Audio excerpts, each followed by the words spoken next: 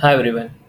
In last video, we have created a new .NET Core Web API project.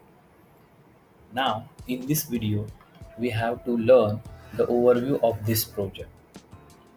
So, when you created a new .NET Core Web API project, then multiple files and folders are created by default.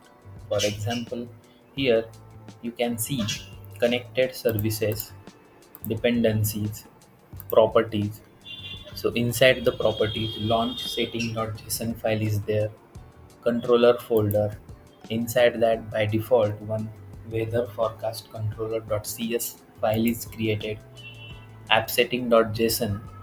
So when you expand this, then by default, appsetting.Development.json file is already there.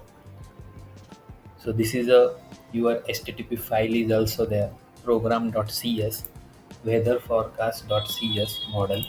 So we need to understand the purpose of each files and folder. So I already created one blog which explains the purpose of each files and folder. So this is a blog, right? Overview of .NET Core Web API project structure, step by step guide. So in this blog, I already explained the structure and the purpose of each files and folder. So this is our solution explorer.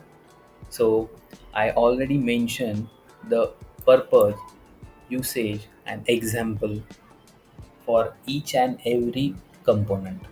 So please go through this blog, then you clear the structure of .NET Core Web API project.